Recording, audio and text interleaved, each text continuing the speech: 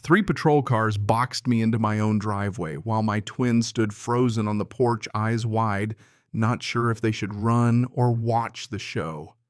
You ever felt your stomach drop out because of something so stupid it barely seemed real?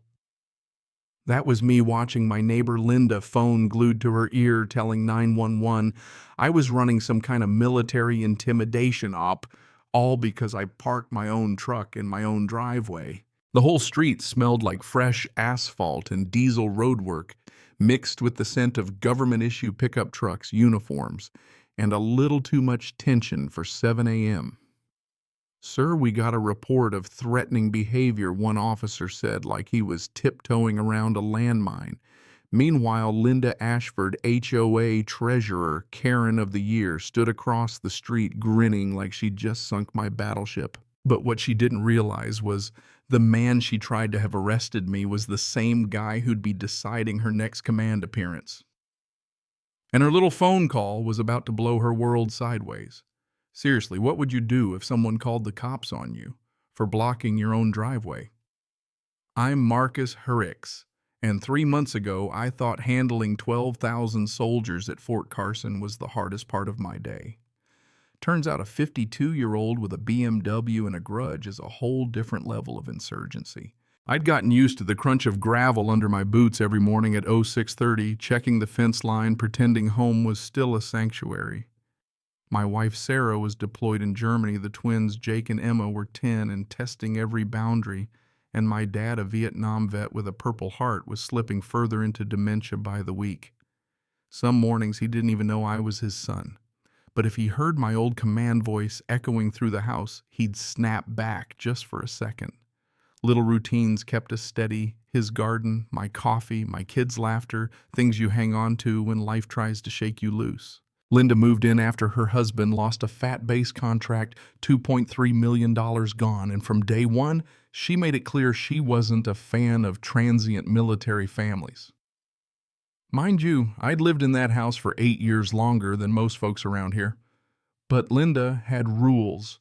Her BMW parked like it was on parade lawn, manicured with military precision, a smile sharp enough to cut glass when she wanted something.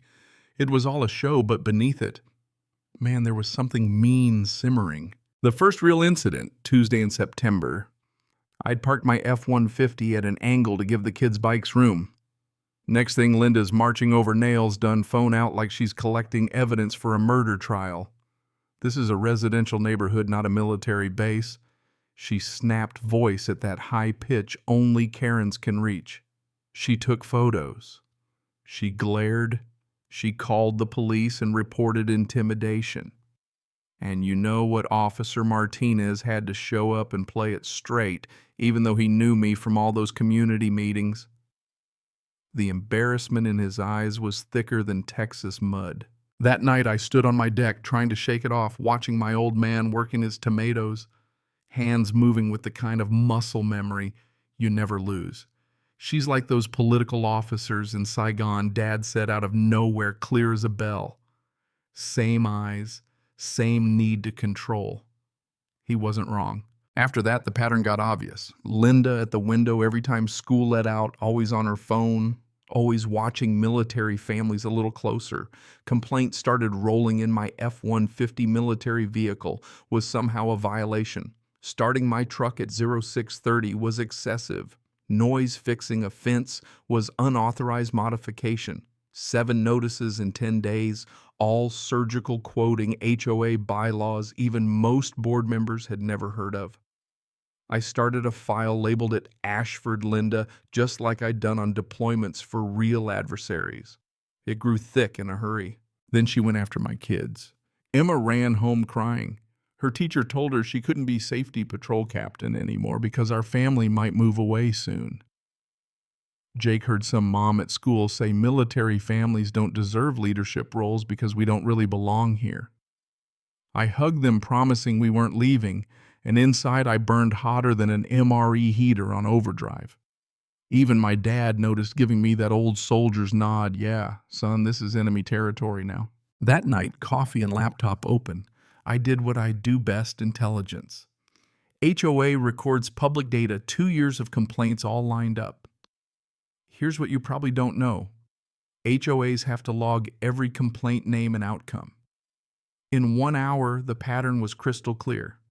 Military families were 23% of the population but got 73% of the violations. Civilians got warnings, we got citations and fines. My neighbors, Master Sergeant Rodriguez, Captain Williams, Lieutenant Bailey were all on the list. Excessive lawn maintenance, intimidating American flags, noisy trucks for PT. The data was damning, but I needed to see the ground truth myself. Saturday out, jogging, I spotted it.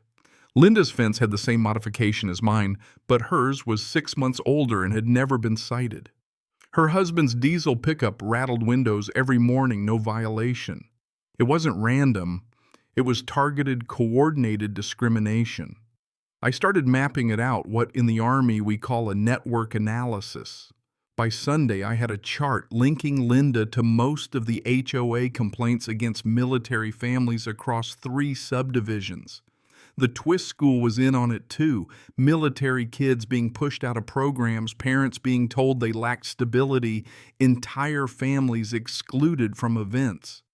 It was psychological warfare, plain and simple. Wednesday, I hit the school board meeting, sat in the back, watched Linda work the crowd with her Concerned Mothers Coalition.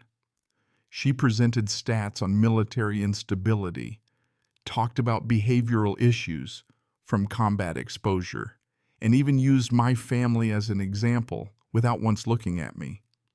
She'd built a coalition, turned the system against us, and now she was making it personal.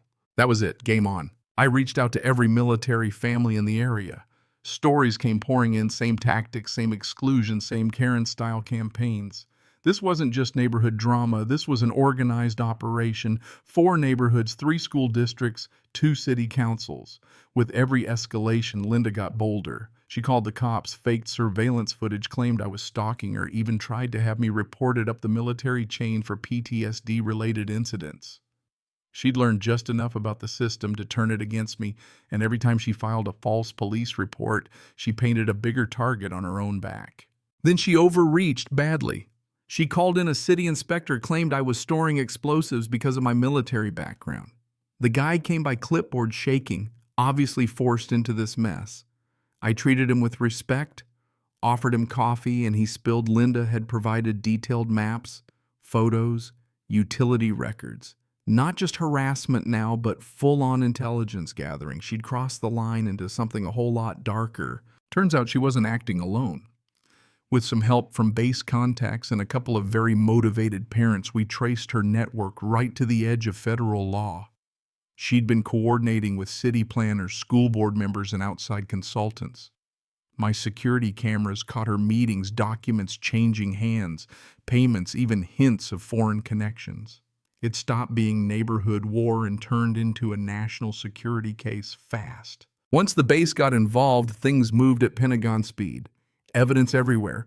67 incidents, 28 violations of federal laws, and 1 crystal-clear caught-on-tape confession. Once they remove him from command, we can get the rest of these military families out.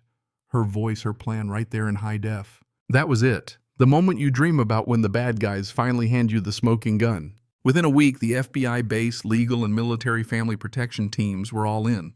Linda was summoned to the Garrison Command Office, federal level now, not HOA playground. She walked in with that same sharp little smile, thinking she'd file another complaint. Instead, she was facing 3 walls of evidence, a room full of legal brass, and her own words recorded for all to hear. "I demand to know why I'm being treated like a criminal," she snapped. "Because I told her you called the cops on me for parking in my driveway. Now you're facing federal civil rights violations, conspiracy charges, and possibly espionage."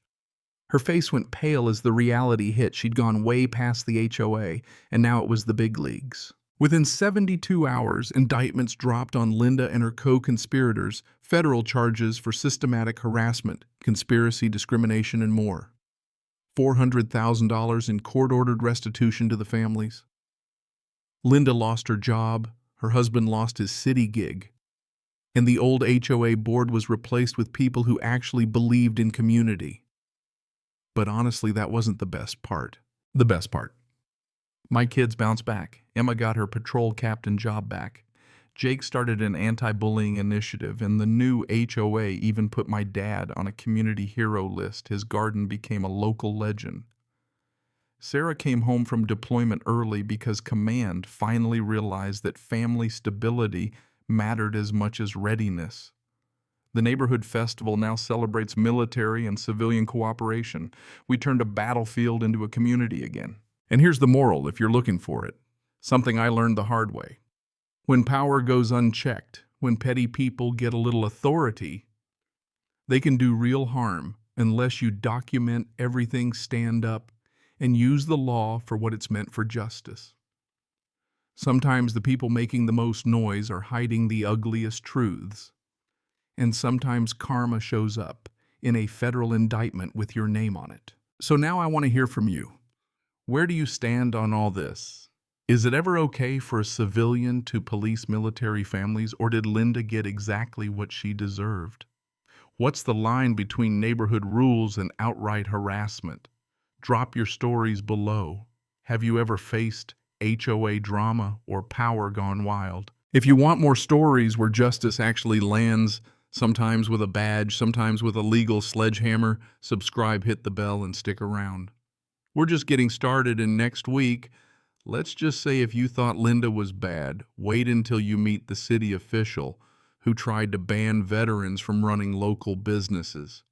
Sometimes the best way to support our troops is to make sure their families live with dignity and to remind the Karens of the world that there's a line you just don't cross.